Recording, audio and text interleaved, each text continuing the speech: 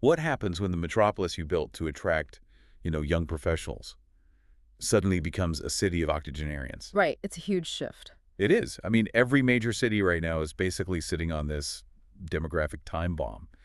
And the architecture we rely on to house our aging population is just fracturing under the pressure. Absolutely fracturing. So welcome to today's deep dive. We've got a stack of new publications, and we are distilling the most critical insights for you. For this deep dive, our mission is to unpack a really fascinating new release, sourced from wikiresidence.ca and infodrone.ca. Yeah, some great data in there. For sure. The piece is titled Housing for Seniors, a New Strategic Alliance. Mm-hmm. And we are looking at this massive real estate transformation that's actively unfolding in Greater Montreal. Mm-hmm. It's a multi-billion-dollar initiative.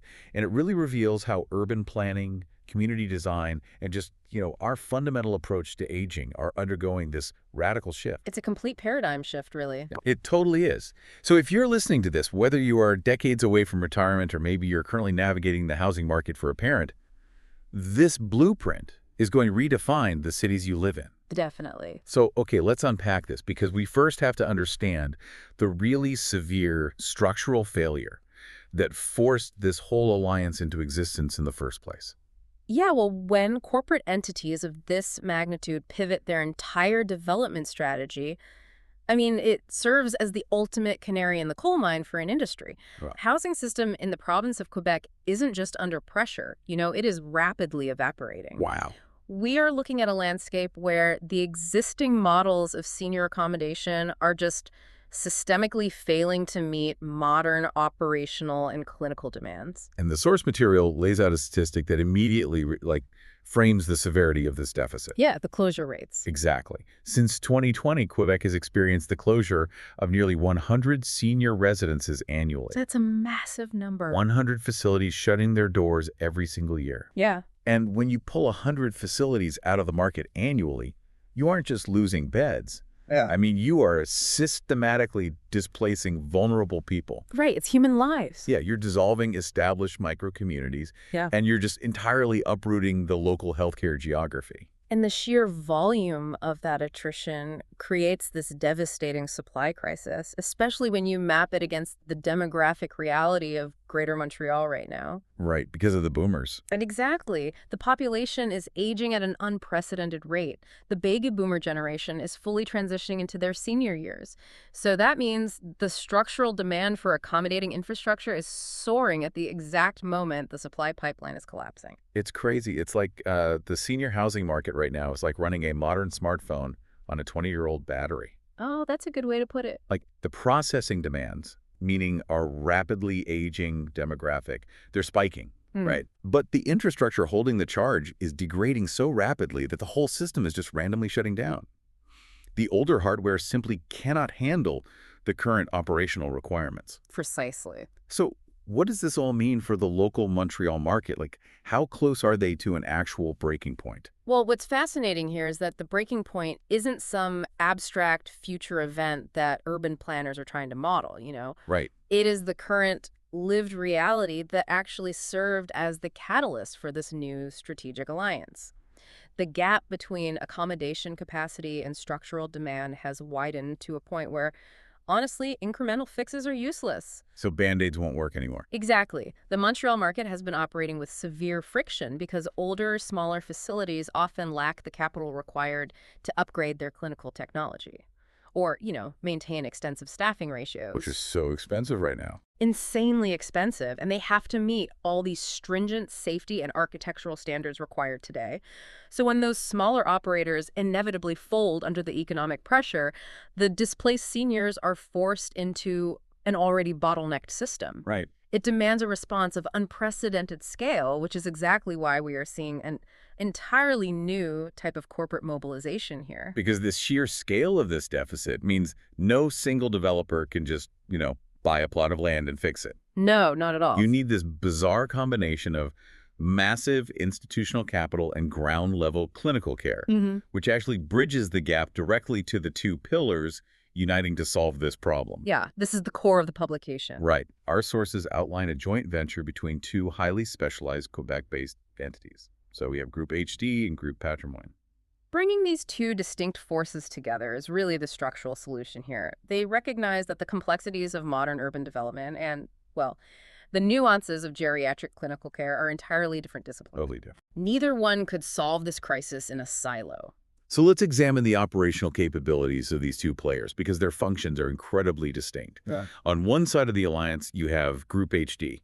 Right, the developer. Yeah, the source describes them as a powerhouse in urban redevelopment. When you look at their scale, you are looking at an entity with over $4 billion in assets under management. $4 billion. It's massive. It's massive. They deploy a team of about 100 professionals specializing in real estate investment, development, construction, property management. That translates to a huge footprint, roughly 30 active projects totaling nearly 10,000 residential units across the market. Right. So they represent like serious financial brawn. And Groupe HD brings the necessary leverage to execute high-density infrastructure in a really complex urban environment like Greater Montreal. I mean, a $4 billion portfolio means they possess the political capital, the supply chain dominance, and the land acquisition strategies required to actually secure prime zoning and fast-track construction. They have the mechanics to move mountains of concrete and steel. But then, on the other side of this alliance sits Groupe Patrimoine. And this is not another massive corporate developer. This is actually a Quebec family business. Yes. They bring over 30 years of specific experience designing and managing what the source calls human-scale living environments. I love that phrase. Me too. Their footprint covers key locations like Quebec City, Montreal, Longueuil, and Warwick. And they utilize 720 employees to provide daily support and clinical management for over 2,500 residents. That's a huge operation in itself. It is. They are the architects behind some really highly regarded innovative care projects like Humanité and La Marquerelle. Yeah. So they represent deep roots in clinical empathy and operational care. Groupe Patrimoine really understands the human logistics.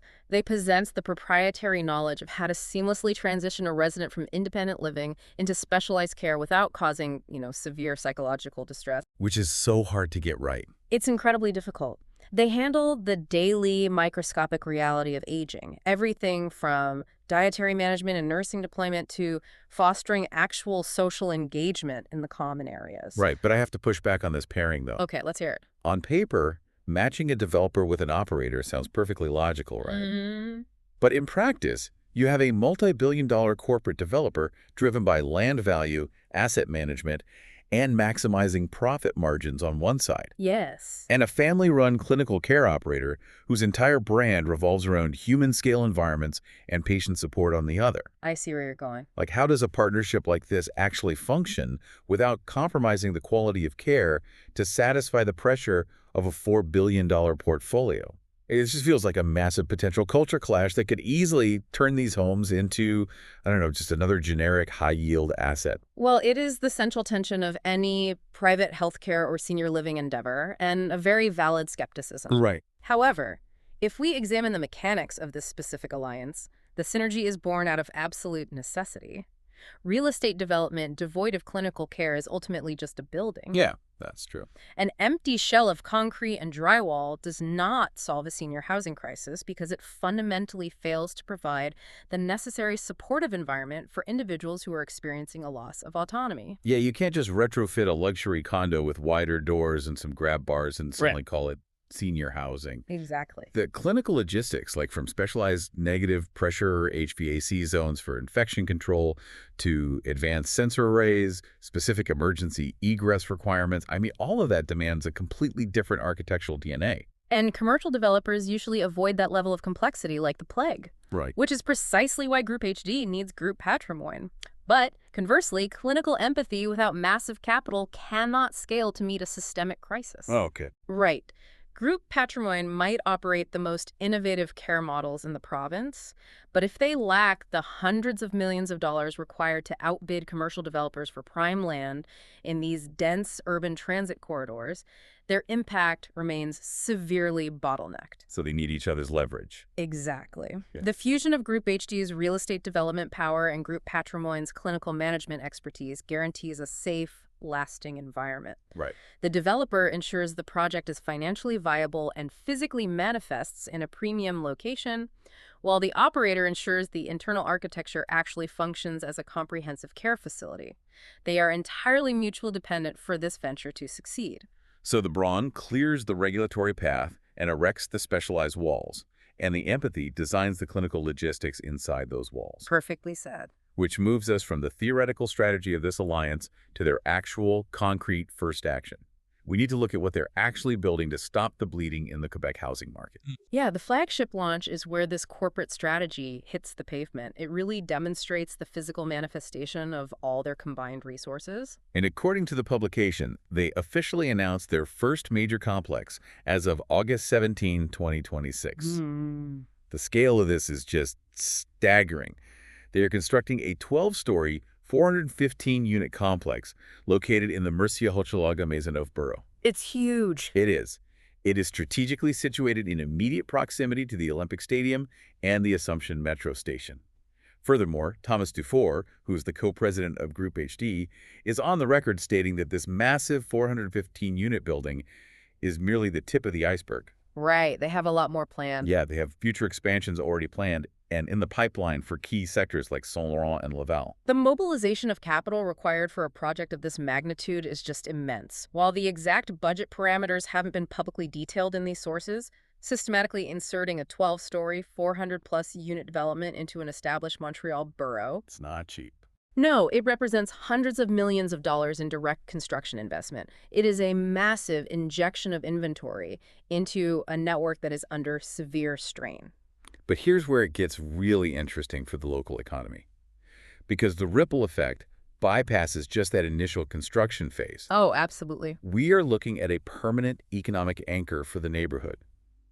The source notes that this project acts as a powerful local employment engine. Yeah, the jobs aspect is critical. They will be significantly swelling the ranks of Groupe Patrimoine's current 720 employees, creating dozens of permanent local positions across the island of Montreal and the North Shore. Right.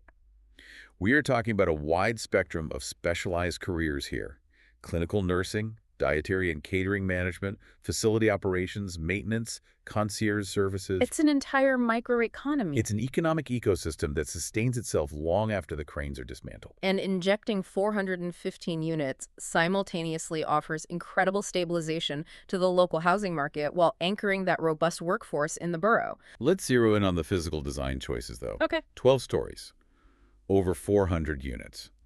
My immediate reaction to those specifications is, well, a bit of apprehension, honestly. How so? Well, is building a massive 12-story tower just a mechanism for a corporate developer to pack as many seniors into a single footprint as possible to maximize their land profitability? Ah, I see. Or is there an actual strategic urban benefit to building vertically in this specific location? Because a 12-story senior facility sounds dangerously close to, like, a vertical institution. Well, if we connect this to the bigger picture of modern city planning, the verticality is actually a highly strategic and necessary urban benefit. Okay, tell me why. The concepts governing this decision are intelligent urban densification and, yes, maximizing land profitability, but in a good way. Break the mechanics of intelligent urban densification down for me. Like, what did that actually look like when applied to a dense area like Mercier-Hochelaga-Maisonneuve? Right, so it involves making the absolute smartest use of the city's existing circulatory system. Mercier-Hochelaga-Maisonneuve is a heavily established, highly integrated neighborhood where available land is scarce and exceptionally expensive. Very expensive. If a developer attempts to build 415 units horizontally, mirroring a sprawling suburban-style retirement village, they are forced to pave over massive acreage. Right. And because of land costs, that acreage is almost always located on the extreme outskirts of the city, which completely isolates the aging residents from civic life. That makes total sense. By building vertically, erecting a 12-story complex directly adjacent to the Assumption Metro Station, they optimize existing public infrastructure. The integration with the metro station changes the entire dynamic. Completely. You aren't exiling residents to the end of a long highway. You are giving them an elevator ride directly down to a major public transit artery. It maximizes the value of that specific plot of land, ensuring the financial viability required by GroupeHD while keeping the residents deeply embedded within the heart of the metropolis. Which is so important. It is. Verticality, when strategically placed near major transit hubs, prevents urban sprawl and maintains a vital connection to the broader community. It is essentially the antithesis of the isolated rural retirement compound. And that structural integration leads us into the most critical component of this deep dive. The human element. Exactly. We've established the massive economics, we've explored the architecture, the densification, and the sheer scale of the bricks and mortar. But an optimized 12-story transit-adjacent tower is still fundamentally just a building. The ultimate success of this mega project relies entirely on how the internal environment functions. How does a massive 415-unit complex actually operate as a home? This is exactly where Groupe Patrimoine's 3 decades of operational expertise must deliver on the Alliance's promise. Yeah. Beyond the real estate transaction and the zoning victories, the core mission of this partnership is fundamentally human. They are taking direct aim at one of the most pressing yet frequently ignored public health challenges in modern society. Which is? The pervasive crisis of senior isolation. Yes. And the source material uses a very specific phrase to describe their approach to this. It states that the architecture and services are designed to function as evolving living environments. Evolving living environment. Right. These environments are built to adapt to the progressive loss of autonomy in order to prevent traumatic relocations. Which is a huge problem right now. It represents a monumental shift in how the industry approaches aging. The standard model currently is just a constant cycle of dislocation. You live in your house until the stairs become a hazard. Right. Then you pack up your life and move to an independent living apartment. When your health declines further, you suffer the psychological trauma of being uprooted again, moving to an assisted living facility. And then again for memory care, often. Exactly. If memory care is required, you are relocated once more. It's just an exhausting sequence of severing social ties right when an individual is most vulnerable. It is entirely disorienting. Every single forced relocation strips away a senior's established routines, their familiarity with their surroundings, and their immediate social network. It's tragic, honestly. It is. The conceptual framework of an evolving living environment is engineered to completely shatter that cycle. The objective is to construct what the text explicitly calls true lifetime homes. So think of the standard senior housing model like a rigid suit of armor. Okay. The moment your body changes, the armor no longer fits and you have to discard it entirely and find a new one. Right. But this new model acts more like a piece of highly advanced smart clothing. It seamlessly stretches, it adjusts its thermal properties, and it automatically integrates supportive layers as your body and the external environment change. I like that analogy. You never have to throw it away or start over, right? The fabric itself evolves to accommodate your current state. That is the logistical goal of this building for its residents. It prevents the profound trauma of starting over simply because your physical needs shifted. That captures the operational fluidity perfectly. From a logistical standpoint, if a resident moves into the complex while fully independent, they utilize the space as a premium standard apartment. Right. But as their autonomy progressively declines, whether due to mobility issues or cognitive changes, the services and the underlying architectural adaptability of that exact space ramp up to meet them where they are. Wow. Specialized clinical staff integrate into their daily routine without requiring the resident to change rooms or floors. That's incredible. They retain their specific home, they keep their established neighbors, they preserve their daily routines. And preserving those routines connects directly back to the strategic location we discussed earlier. Yes, the transit. They specifically selected a site in Mercier-Hochelaga-Maisonneuve that promotes active mobility and utilizes public transit. Urban accessibility is a core pillar of this design. The ability to walk out the front doors of the complex and immediately access the Assumption metro station ensures that residents who maintain their independence can seamlessly remain active participants in city life. They aren't locked away. Exactly. They are not confined to a campus. However, even more vital than the transit proximity is the broader strategy of community anchoring. Right. The source explicitly notes that they refuse to let these residences function in a silo. Their mandate is to deeply integrate the complex into the existing social fabric of the neighborhood. This raises an important question about how our society has traditionally engineered the isolation of our elders. Right. Historically, developers constructed senior facilities as walled gardens. They erected physical fences, pointed all the amenities inward, and deliberately separated the aging population from the vibrant, chaotic, multi-generational life of the surrounding city. Just keeping them out of sight. Yes, but true community anchoring operates as the exact opposite paradigm.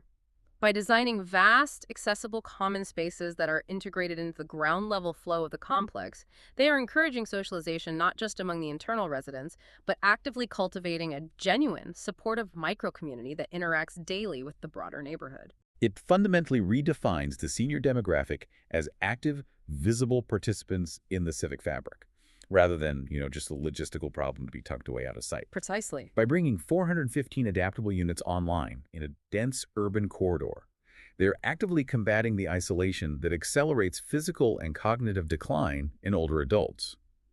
And with the strategic expansions already slated for Saint Laurent and Laval, they are establishing a network of these resilient micro-communities across Greater Montreal. It really represents a comprehensive structural response to the supply crisis. By blending the immense financial and developmental capabilities of Groupe HD with the deeply human-centric clinical philosophy of Groupe Patrimoine, they are literally redefining what it means to age within a modern metropolis. Which brings the focus directly back to you listening to this deep dive right now. You might be listening to this breakdown of urban densification and clinical logistics and thinking, I'm 35 years old, I am nowhere near looking for senior housing. Why does this specific alliance matter to my life? It matters a lot. It matters because this mega project serves as the definitive blueprint for the future of our cities. The demographic wave reshaping our population is inevitable. Urban planning is fundamentally shifting right before our eyes to accommodate the realities of an aging society. Exactly. This multi-billion-dollar alliance proves that for a city to remain vital and truly great, it must design infrastructure that adapts to our entire life cycle, not just our youth. It's about engineering a metropolis that won't eventually evict you simply because you got older. It is a radical rethinking of urban permanence. We're moving away from static, inflexible concrete monuments toward highly intelligent, evolving residential systems. And as we look toward the future of urban planning, what specific technological or smart home features do you believe will become standard in these new, evolving living environments to best support independent living? Thank you for watching this video. For more news and in-depth reports, visit wikiresidence.ca. All our content is available in text and audio formats across all your devices. Please feel free to share your comments with us.